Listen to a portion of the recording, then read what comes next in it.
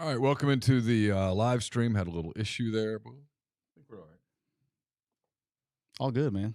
I'm Neal. It's Tyler, McCready and Siskey. This is episode 47. We're going to start an audio file here. We're on a little bit of a time crunch. I've got some work happening at my house today, which is going to knock my internet, in all likelihood, out for the better part of 4, 5, 6 hours. So squeezing things in. Appreciate Tyler accommodating me today. So we'll get rolling here with an audio file and get going here with the next show.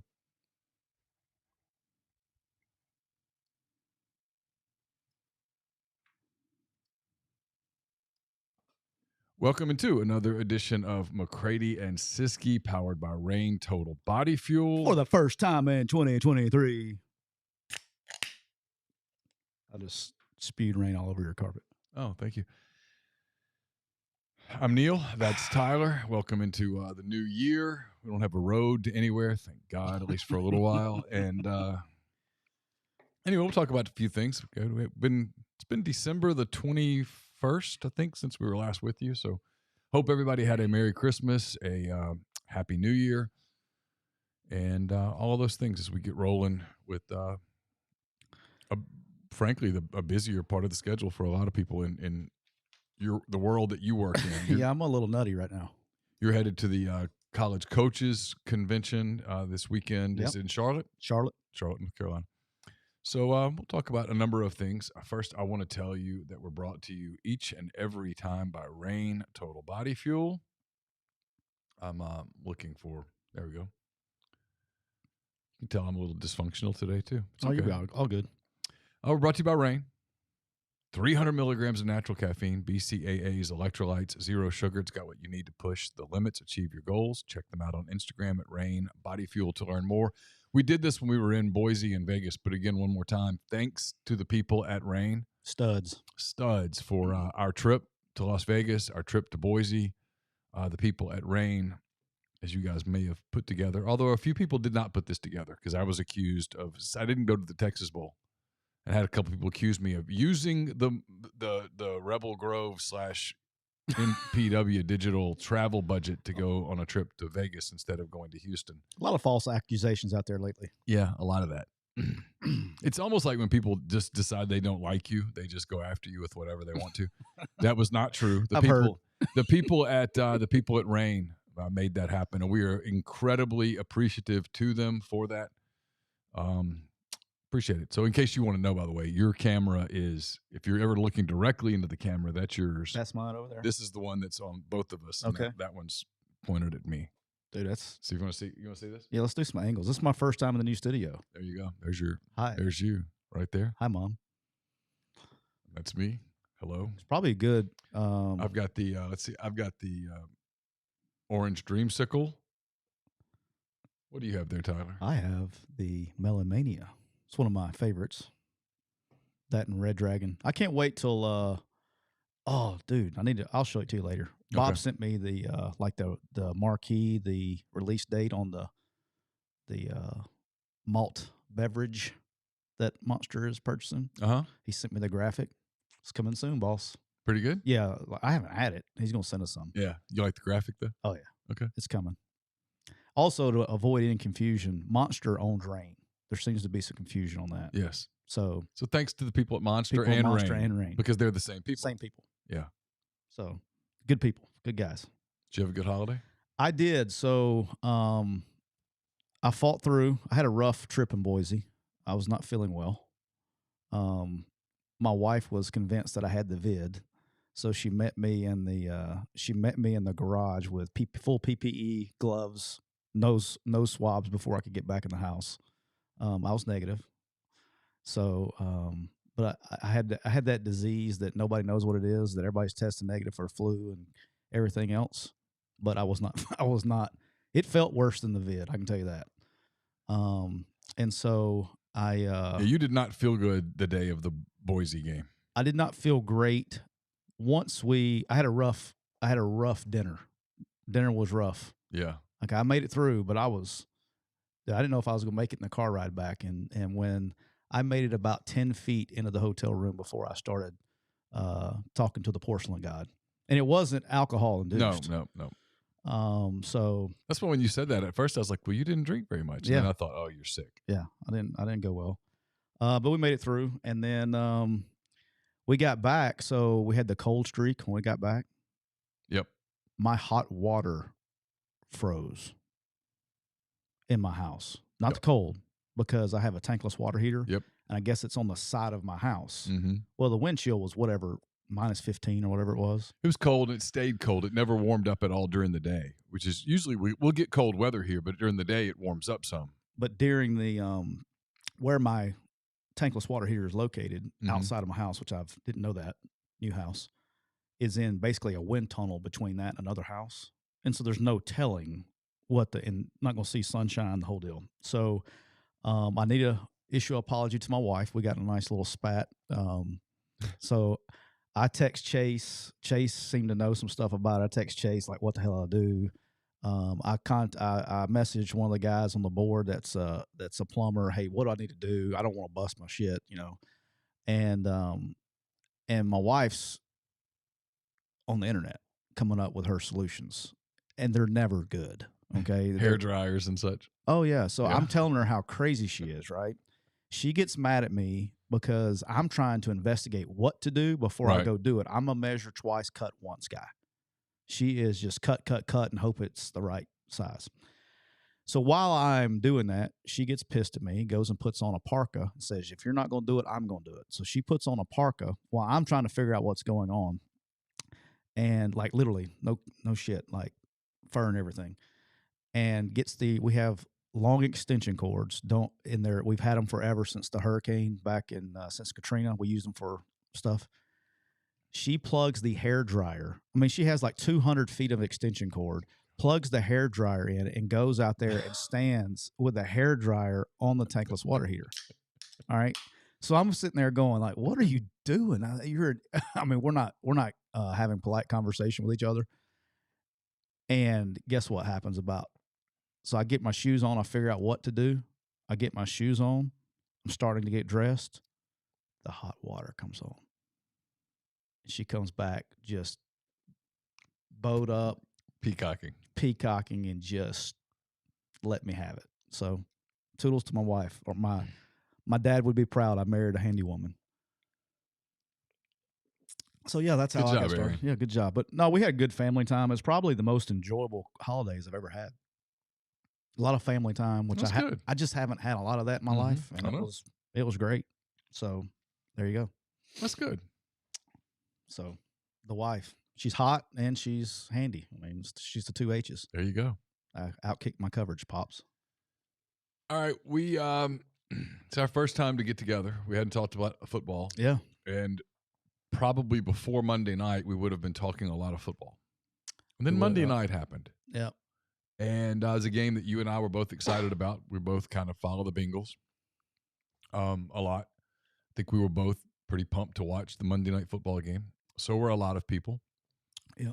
And about halfway through the first quarter, Hamlin makes a tackle on T. Higgins around midfield.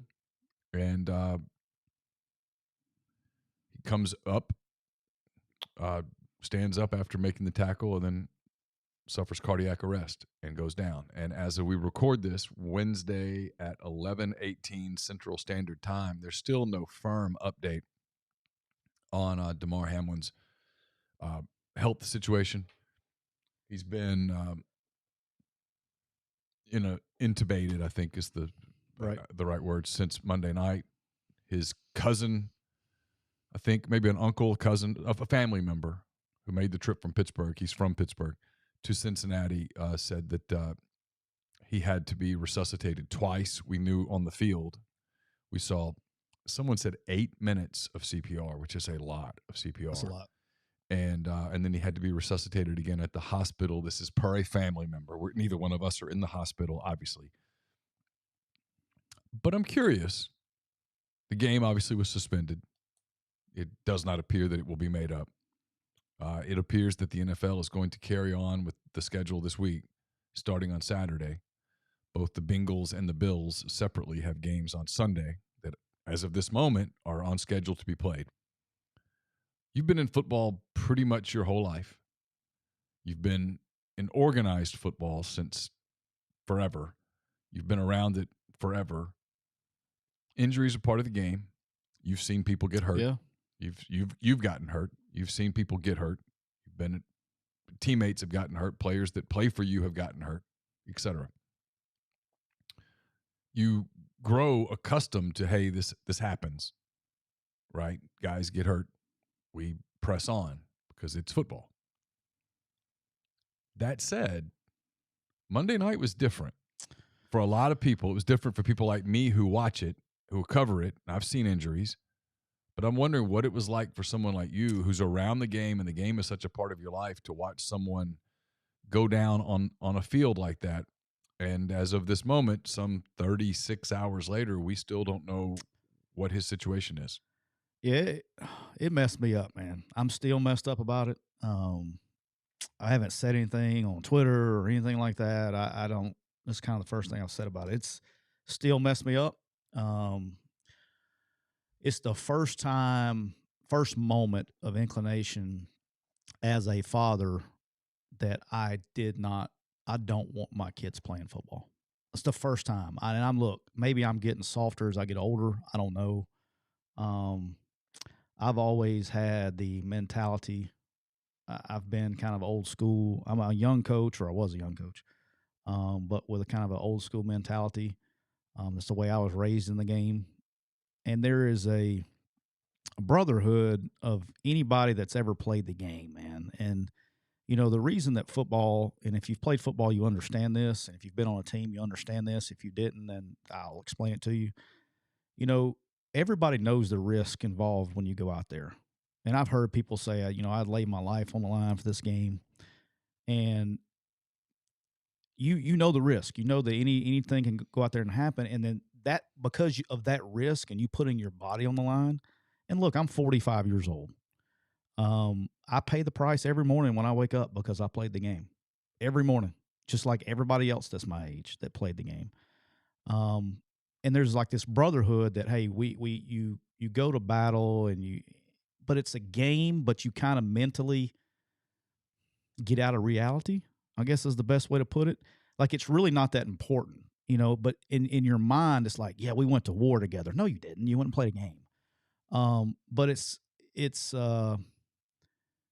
there's like this shared bond that people have, but seeing what happened Monday night, it's really it's messed me up. I'm just gonna be honest with you. It's I'm still not right. I don't know what to think as far as I pray for him and for everything that he's going through, because the scary thing to me is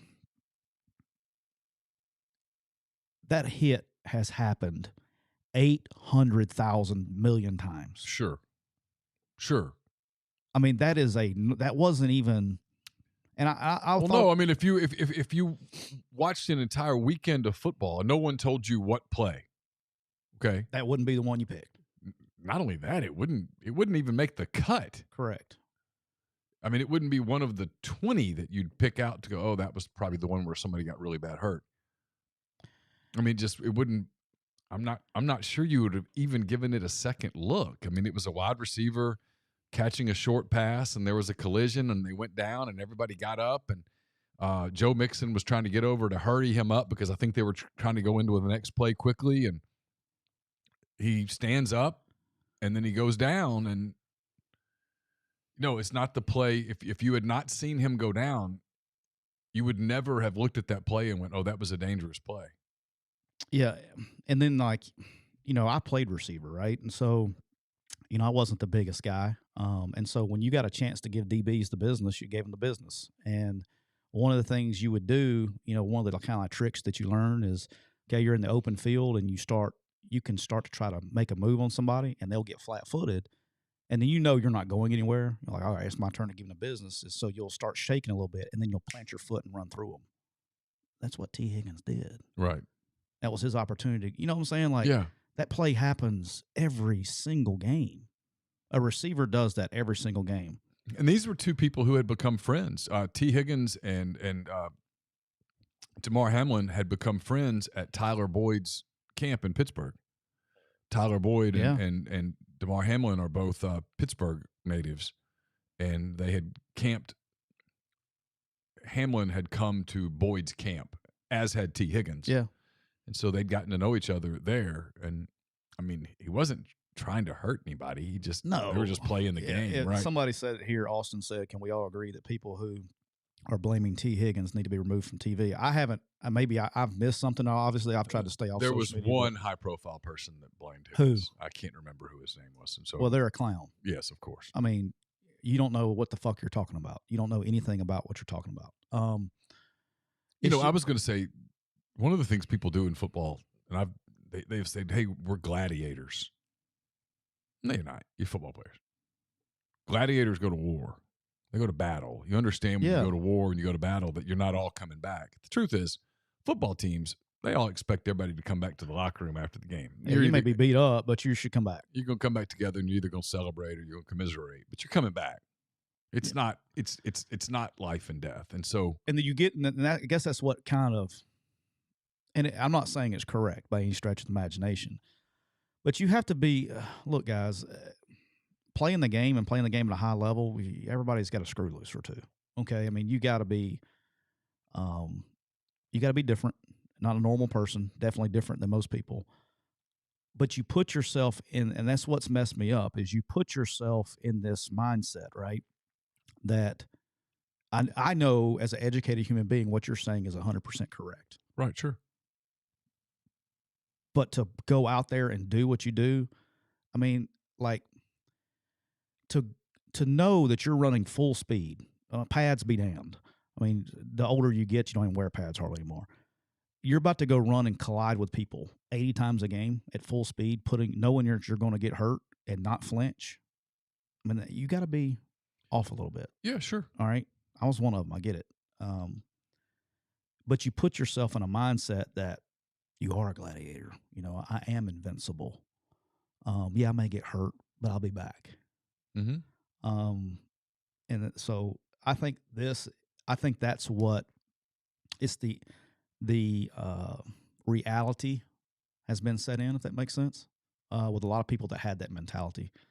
I think there's going to be some major conversations had with families of players in the off season. Oh, I do too. I think I'm talking about the guys that are making money. I do too. They've already made enough money. They're going to walk away. It's why I'm listen. I hope and pray beyond words that we get news in the next 24 hours or so that, hey, he's awake and he's alert, and then that he's going to have a full recovery, and that this was just some freak 1 in a million thing. Yeah. But if it's not, I mean, I was listening. I told you this before we got started. I said this on the Oxford Exxon podcast too, so I'll be quick with it because I don't want to be repetitive.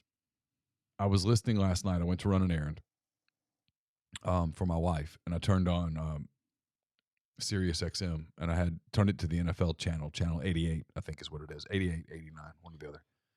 88, I think. And they had the voice of the Cincinnati Bengals on as a guest. And I can't remember his name. He's a very good broadcaster. I've listened to his calls before. And, they were asking him his thoughts, his emotions, blah, blah, blah. And one of the things he said was, he thought about, this was January 2nd. This was essentially New Year's Day, right? It was, the Rose Bowl had been played just before. The Rose Bowl was a blowout at the end. People flipped to this highly anticipated NFL game between two of kind of the fun teams in the league. Yeah. Right? I mean, Buffalo's fun. Cincinnati's fun. You got Josh Allen. You got Joe Burrow. You got Stephon Diggs. And you got Jamar Chase. And you got all these people that are fun. The Bengals were 3 minutes away from winning the Super Bowl last year.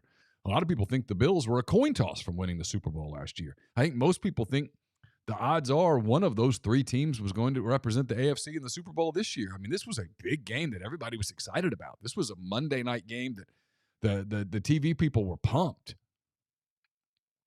And it happened in the first quarter, which means that a lot of kids who weren't going to get to stay up and watch the end of the game because they had school the next day, end of their break, they probably were saying, Mom, let me watch till the end of the first quarter.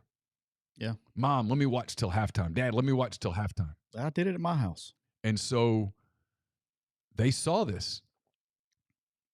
And it's going to be there will be ramifications. I mean, I remember, it was 2016, 7 years ago. So my son would have been 9 at the time. And we went to see the movie about Mike Webster, the Steelers, the concussion movie. Yeah, Concussion, right? Is that the name of the movie? It was Will Smith. Could be, yeah, Will Smith. We walked out of that movie, and my wife said, "Our son's not playing football." She didn't say, "Hey, Neal, listen, it's my opinion that Carson shouldn't play football," or "Hey, Neal, let's talk about football." No, he's not playing football. Well, that movie in itself had probably the biggest impact on helmets. I mean, that's when all the helmet boom started, right? Right. I mean, like there was already some helmets, but it's the whole safety really kicked up targeting. I mean, right. Everything changed because of that movie. Yeah. And so I wonder if this was another touchstone moment. I mean, he's 16 now, and he did not play football. And a generation ago, he would have played football. Because I played football. I wasn't any good, but I played. Right. And I just wonder. I mean, I think it was listen, I'm not wishing it. I'm just saying I think that was a big moment, and I think you will see ramifications from it for moving forward. It's a Jason Whitlock wrote a column about it, and Whitlock gets a lot of heat because he's not politically correct. But he wrote, when you're saying your prayers, throw one in for football at the same time, because that was a damaging night for football. There's no way around that. Yeah, and then I want to say this too before we move on, because it was before social media and it didn't get the attention then. And this is the second time that I know of, because the first one was one of my friends and teammates. So Al Lucas, I played with Al Lucas at Troy. And if you're out there, just look up Al Lucas, ALLUCAS. You can read all about it on the Wikipedia page. But Al was the, in FCS, we were FCS at the time at Troy, and they have an Offensive Player of the Year award. That's the Walter Payton Award. They don't have a Heisman, and they have a Defensive Player of the Year award called the Buck Buchanan Award. Al Lucas was the best football player in 1AA, and he was really ahead of his time. He was, I guess his official list was probably 6'1", but he was probably 6'1.5", 300 pounds, and Neal. Standing flat-footed, could dunk a basketball any way you want to. He was kind of like Aaron Donald before Aaron Donald. If today's game was like it used to be, he'd be very rich, because he was the modern-day defensive lineman in an old-school, downhill NFL. So anyway, he goes and he plays a couple of years in the league, played with the Panthers, played with the Steelers, and then played 20 games for the Panthers from 2000, 2001, had 49.5 tackles, 3 hurries, 2 batted down sacks, a forced fumble, and a sack. He was selected by the Frankfurt Galaxy with the 4th overall pick in the NFL Europe free agent draft. But decided instead to go to the Tampa Bay Storm of the AFL. So, we didn't have, how you have the XFL and USFL and all that stuff. And he was short, and that was his thing back in those days, is they liked the bigger, everybody was downhill run. So his height hurt him. So they had arena football, and arena football was making, decent money. And I believe I remember it was the spring of 2005. I don't know the exact date. He's playing for the Los Angeles Avengers, maybe. I can't remember what the name of their team was. And it was a game on NBC. And first quarter, and back, they don't have like 5 guys or 6 guys on the field. And here he is covering a kickoff early in the game. He goes down the kickoff, and it was like he kind of was getting inside the Staples Center, by the way. Yeah, it was in LA. Yeah, and he kind of hits the guy and kind of rolls over, and he gets hit in the head, like by somebody else, gets kneed in the head and goes down. And he died on the field. And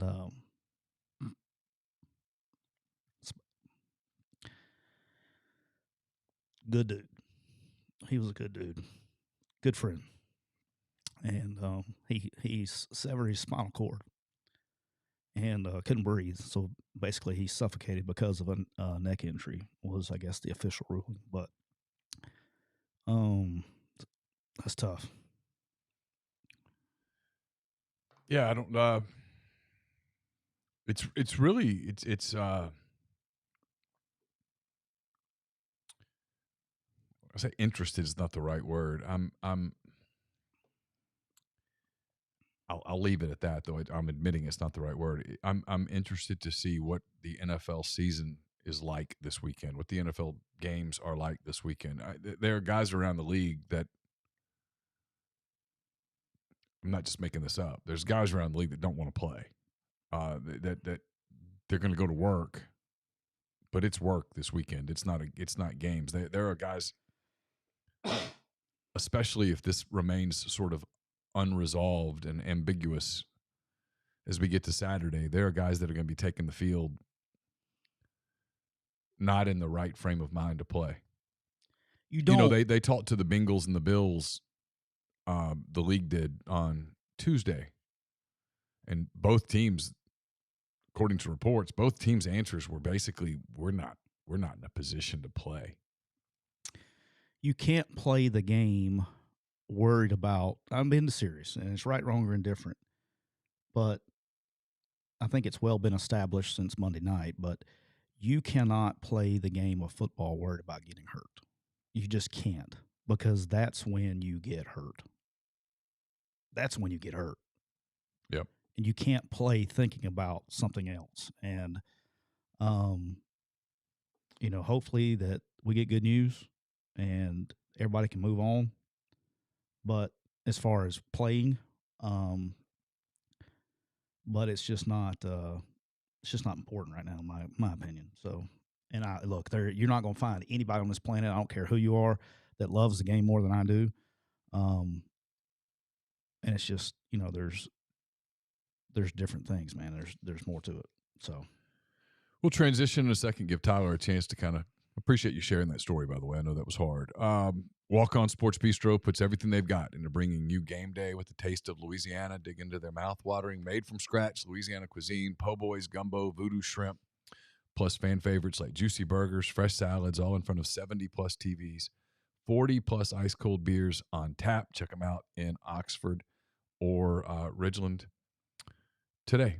Make sure if you're stopping by to watch what NFL playoffs coming up or the championship game, we'll talk about it in a little bit, or just coming in for a basketball game, or just stopping in for a minute, having a beer in Oxford or Ridgeland.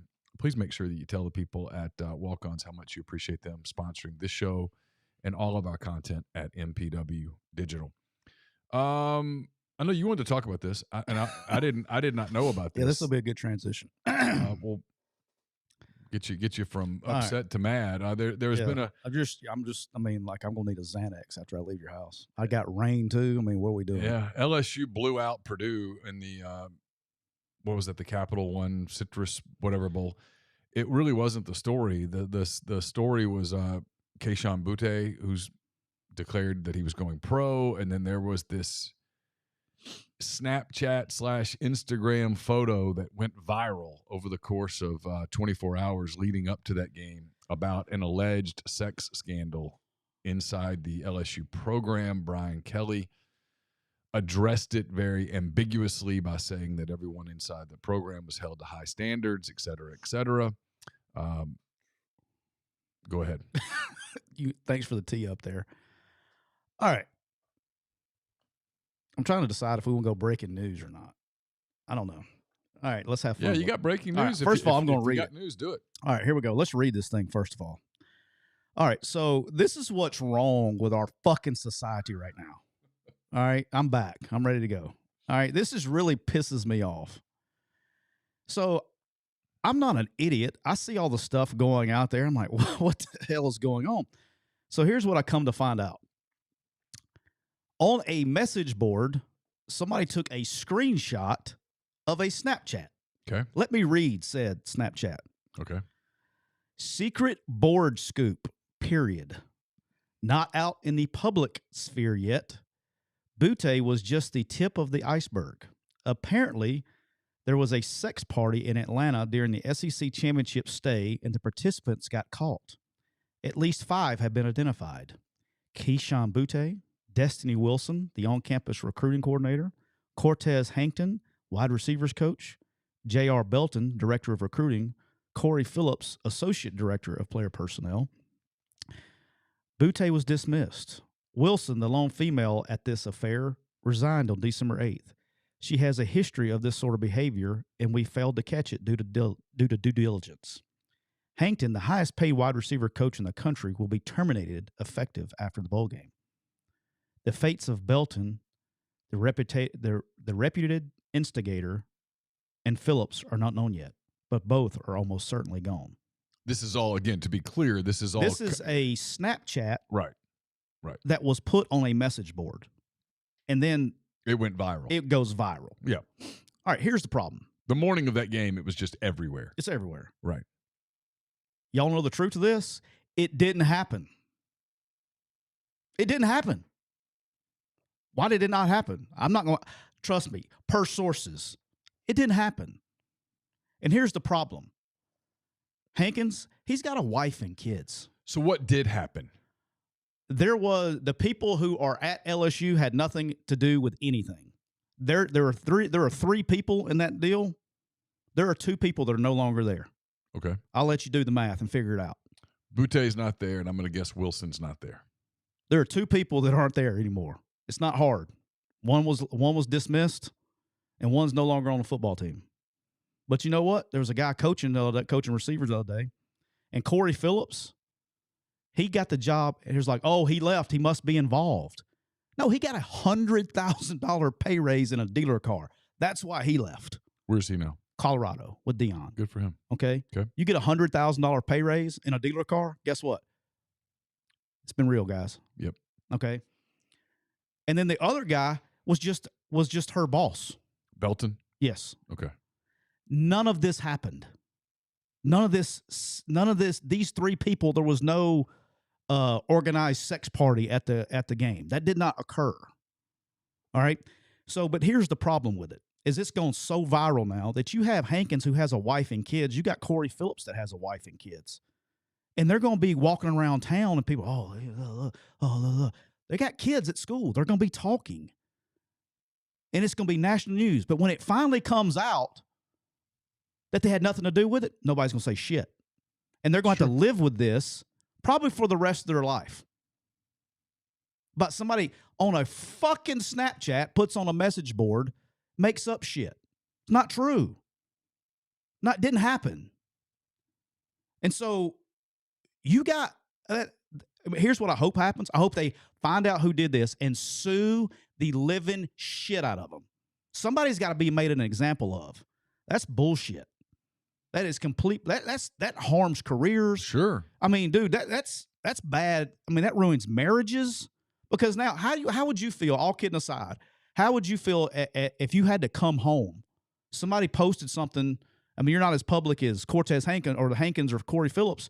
But what if somebody posted a rumor about you on a message board about you having an affair, having a freaking sex party, and you had nothing to do with it? Now, you may have known the people that were doing it, but you were on your Peloton, and you had to come home and explain that to your wife and kids, and they saw it, and people are talking. How difficult would that? I mean, it would be impossible. And it's sad, man. None of it happened. I mean, I think the people in my life would be pretty sure that I had not been at a sex party. But yes. But so were these people. Right. But so were these people. Right. It's still out there. And it's still out there, and it's not going away. It's just complete bullshit from a Snapchat onto a message board. That's where we got where we're at. That's complete bullshit. And I hope on behalf of LSU, I hope y'all find out who it is, and I hope you sue the shit out of them. They need to be making an example of. They really do. They need to be making an example of, because somebody thought they were going to be cute. Holden has news on the stream that if he subscribed to rebelgrove.com, he would have known that last night. So there you go. What's that? About Mike Wright, the Vanderbilt quarterback visiting Oxford, Ole Miss. Oh. Whatever. Bet it's not to play quarterback. I mean, whatever. My point is that we had it. We get accused of not covering recruiting. We cover recruiting. You cover recruiting here? We just don't do it the dramatic way. We don't put the drama in it. By the way, We don't make it exciting. You know how I was telling you how I had It's just a kid visiting a school. how I've had a shit show over the last couple of days. Yeah. I just got a text message from somebody at a Power 5 school. I had texted them yesterday about a guy. Sorry for the delay in the response. This portal window is inhumane. Yeah. Fans don't want to hear it. They really don't. So I've gotten where I just don't talk about Well, it. that's not me saying it. That's No, I know. I've gotten around the same way. I laughed a little bit because some of the stuff that I had been saying that people were getting mad at me for saying, Lane Kiffin basically reiterated word for word. And Lane, I'm going to go out on a limb and guess that Lane did not hear it from me. And so, that would be a good message. My guess, I feel confident in this, is that Lane was speaking from his own experience. Okay. Yeah. When he said that. So it was I laughed when I heard his comments. We were on our way back from Boise that day, and I heard it, and I was like, heard that before. What did he say again? Just catch everybody up. Just that the calendar, the way that the recruiting is now, there is no break. It doesn't make sense. It's not one day. It's year round. It's constant. It's exhausting. Essentially, he said it's exhausting. Well, the problem, the major problem is that with the portal window, which they thought they were doing a good thing. Yeah. They've created more shocker. I know this is going to surprise everybody. They created more problems than they were intending to create because they couldn't see the forest because the trees were in the way. Right. And the biggest, like I told you before, I talked to a FBS head coach yesterday, and his quote to me was, dude, he goes, I wish we were in the season. And I was like, what do you mean? He goes, it's more chaotic today than it was during game week. I mean, he goes, I don't even know how, and it usually hasn't been like that. And it's different, yada, yada, yada. Everybody's going to adjust. Here's the thing but it's just not sustainable. Now, I will tell you this, because I told my guys this morning, there may be change coming, because let me tell you what will create change is that's why we're doing the show today, is I'm going to Charlotte for the AFCA convention. Forever. That's where coaches go for 3 days. You network, you see your old buddies, learn about new jobs, all this stuff, right? So it's a huge convention. Well, I suspect the attendance at the convention is going to be at an all-time low. Like an all-time low. All-time low. Because they all have to be on their campuses because portal guys are coming in. You got portal visits. Okay, a lot of people are doing portal visits. The ones who aren't doing portal visits haven't had any time off. And so instead of going to the convention and hanging out with their buddies, they're just going to be at the house hanging out with their kids, which I would be too. Sure, of course. One of the very few conventions I ever missed was because my child was born. You do those things. But back in the old days, you had 2 or 3 weeks, you're hanging out with your family, whatever it was, and you just don't have that anymore. So, but when the AFCA, that's how they make their money, is at the convention. So that's the American Football Coaches Association, who actually helps set rules and things like that. Because this used to be a dead period. All right, so it was totally dead. Totally dead. And then you would come back from the convention and the visits would start. You'd have this 3-week rush to signing day. And then after signing day, you went into this period after signing day that was kind of like junior days and stuff. But the junior days, you had to get there that morning, but it was over by noon. And you had Saturday and Sunday with your family. You worked hard, but there was time to be a human. But it was just like a 4 or 5 hour deal. Yeah, it was half of your day. Half of your day. And then it was over and you got on with it. Now you don't really have any of that. And so these guys are just, what I hear from coaches, and like if I talk to one, you talk to 100, is they go home to families too, right? And the wife's like, what are we doing? And so coaches, some of the coaches who you hear might be looking around, and I'm not talking about Ole Miss. This is not about anybody with Ole Miss. If anybody thinks it is, this is not about Ole Miss. You want to change your camera angle and tell them? This is not about Ole Miss. Coaches are like, maybe I'm going to leave the deal I'm at to go someplace to work for a coach who's a little less demanding, where I have a little more time. That's starting to factor in for the first time, because there's some stuff that could potentially come down the pike in coaching that people are going to be like, wow, what is that? That's what it is. And here's the thing, and look, you always get the blowback when you start bitching. They're like, "Well, you make a bunch of money." Da, da, da, da, da. Yeah. Well, here's the thing, okay? And I'll tell you something I did when I came back. Okay, so when I left with Freeze, I was here with Freeze. I left to go to Alabama and went south and all that stuff. When I came back, in that window that I was gone, recruiting changed. Right. A lot. And so when I came back to Ole Miss, I was like, it was every freaking weekend, man. We had kids on campus. And so I was like, and it wasn't great players. Some of them were, but some guys, we were like, I call it practicing recruiting. I've done my 10,000 hours. I don't need practice recruiting. I don't need that. And so you would have, okay, man, there's this 20, what year are we in now? The class of 2023 is signing or whatever. Hey, then there's this